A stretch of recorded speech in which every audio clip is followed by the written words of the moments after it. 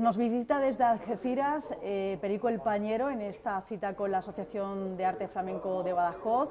Perico, muy buenas. Muy buenas, Laura. ¿Es la primera vez que vienes a Badajoz, quizás? Sí, es la primera vez. He estado en Cáceres varias veces, pero en Badajoz he estado en algunos pueblos cercanos, pero nunca en Badajoz. ¿Y qué conoces de nuestro cante extremeño? Bueno, pues aquí conozco los tangos extremeños, el jaleo, y aquí hay arte como en muchos sitios, ¿no? Perico, hablaba yo de ese legado cantaor que atesoras en tu garganta. Cuéntanos un poquito qué hay detrás de esa garganta, qué legado cantaor tiene Perico el Pañero. Bueno, es un legado muy largo porque viene de herencia familiar. Entonces desde mi bisabuelo cantaban, mis abuelos, mis tías, mi padre. Entonces, pues claro, pues lo he vivido en casa desde que era pequeño y después viví en una calle donde había mucho ambiente flamenco, ¿no? Aquellos viejos antiguos con esa voz que no se sabía de dónde salían. Pues eso, pues he tenido la suerte, como el tío Mollino, por ejemplo, que era de Algeciras, y otros más. Pues entonces me he criado con ellos escuchando cante y de ahí viene, de ahí viene. ¿Y un cantaor nace o se hace? Las dos cosas. Pero mucho se hace también. Mucho se hace, claro.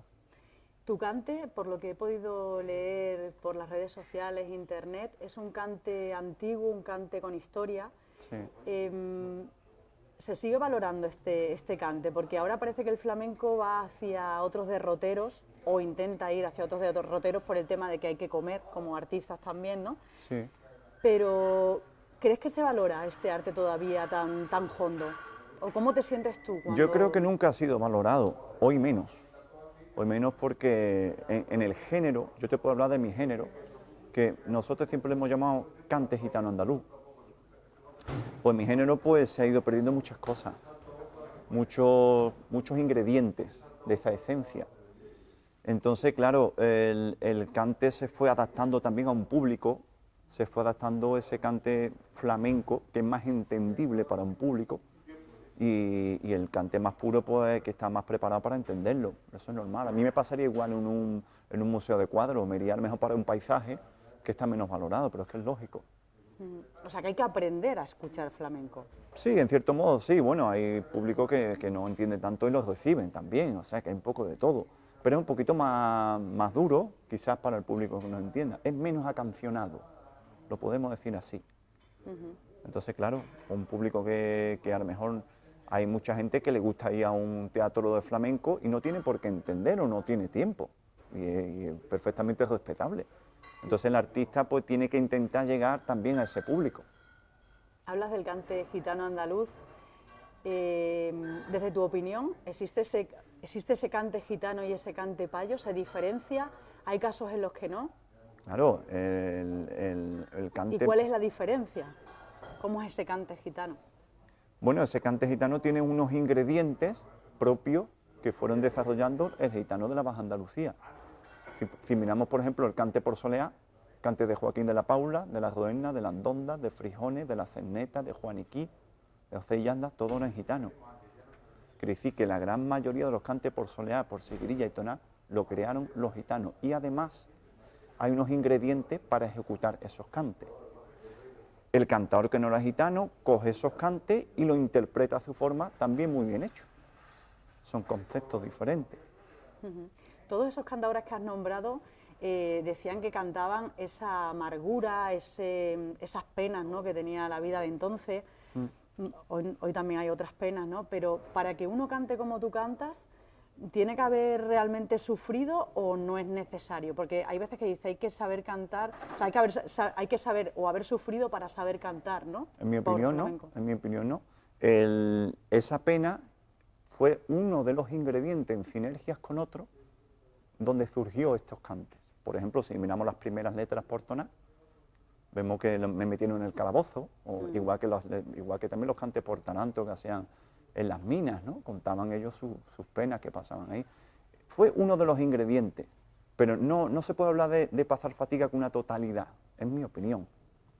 ¿Me entiendes? Y Perico, tú cuando cantas, ¿de quién te acuerdas o cómo transmites ese cante? No sé si realmente piensas en ese sufrimiento de la letra que estás cantando o de la alegría que estás cantando. Pues sí, el cante es como la vida misma, es una alegría y una pena, ¿no? Entonces eso se va transmitiendo. Yo me inspiro en lo que he escuchado, en mi familia que he escuchado, en los cántaros de los discos también que me gustan mucho.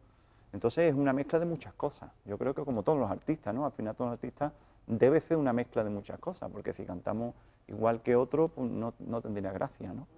Hemos hablado de muchos cantadores con historia, pero de los cantadores o cantadoras actuales, ¿a alguien que te llame la atención como artista? Bueno, vamos a ver, muchos porque hay muchos grandes artistas. O sea, en todas las modalidades del flamenco hay y ha habido grandes artistas. Ahora, el flamenco que a mí más me engancha es el que yo he vivido.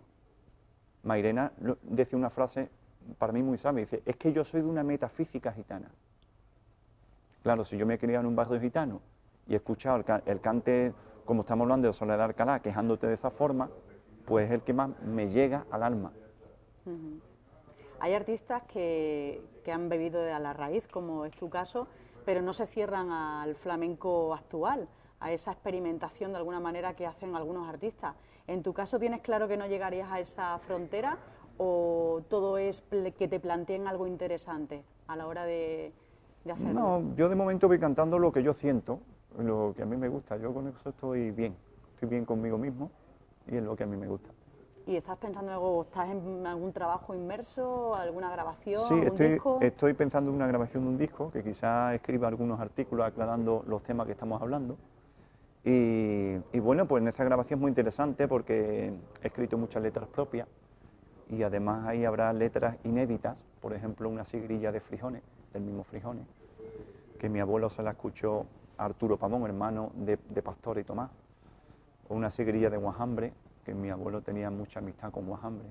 Entonces esas letras no las he cantado nunca porque las tengo reservadas precisamente para esa primera grabación.